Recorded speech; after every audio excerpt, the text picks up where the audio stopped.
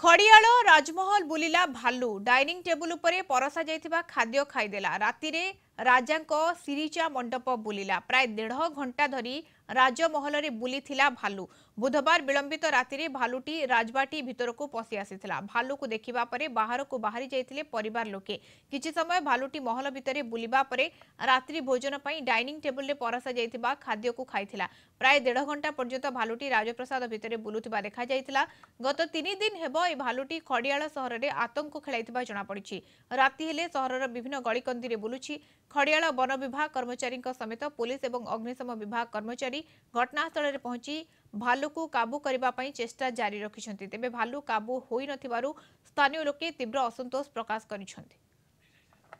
कुनु करुआ नुआपड़ा रिपोर्टर आम सहित जोड़ी होती कुनु भालूर स्थिति उपस्थिति वर्तमान समय कौची एवं वन विभाग किभଳି भाबरे तत्परता देखौछि भालू को काबू करबा पई।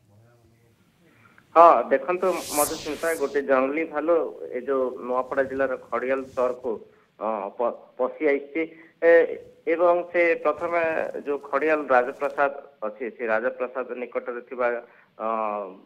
पोखरी नुआ पोखरी बोली कहुच्छी से पोखरी बुदामल दिन समय से लुचिकी रोचे रात्रि समय राजप्रसाद को प्रवेश करुच्ची गत बुधवार दिन राति राजा प्रसाद राजा जो प्रसाद अच्छी राजबाटिका से राजबाटिका को पशिला से राजा जो डाइनिंग हॉल अच्छी से डाइनिंग हॉल को भालू पशि जाता राजा को जो परसी जो खाद्य गुड़िक से खाद्य गुड़िक से दीर्घ समय धरिक खाई राजा घरे भयभीत से बाहर को पलाई जो पुलिस आसला फरेस्ट आसला अग्निशम विभाग कर्मचारी मैंने आसते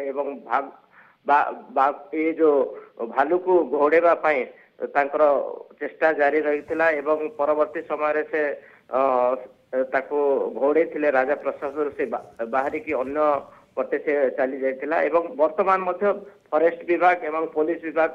वर्तमान सुरक्षा व्यवस्था को कड़ाकड़ी करिसंती पेट्रोलिंग करुछंती से अंचल रे एवं लोक माननकु राति समय केमती ताटी कबाड़ दे की घरे रहिबे बाहर को आसीबे नै कारण मध्य परामर्श दिया जाउछि से नै सतर्क करा जाउछि जेहेतु भालुर उपस्थिति रहिछि एवं लोकंकु सतर्क करूछि वन विभाग। बहुत बहुत धन्यवाद कुनु आपनक सूचना पई कुनु करुआ नुआपड़ा रिपोर्टर हम सहित